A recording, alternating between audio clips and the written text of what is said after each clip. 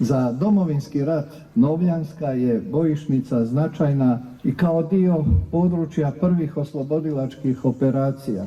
Ovo je mjesto uistinu prigodno za trajni spomen na žrtvu svih njih, jer upravo je Rajić mjesto u kojem su započeli prvi okršaji sa srpskim neprijateljem ovdje na Novljanskoj bojišnici i koje je počevši od crkve Svetog Tome Apostola do uništenja, do temelja pretrpjelo znatna razaranja.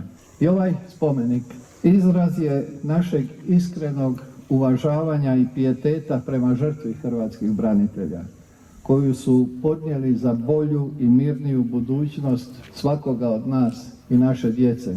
A vaše zalaganje da se on izgradi pravi je primjer na koji se način dostojanstveno u sjećanju zadržava uspomena na poginule, ali nikad zaboravljene suborce, sumještane, prijatelje.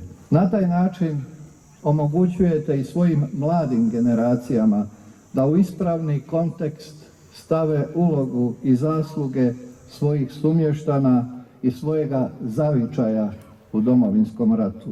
No u danima poput ovog današnjeg postajemo svjesni da se kao društvo nikada nećemo moći u potpunosti odužiti našim braniteljima na način na koji su oni služili svojoj domovini. Stoga su ove obljetnice, obilježavanje Dana hrvatskih branitelja dragocjeni.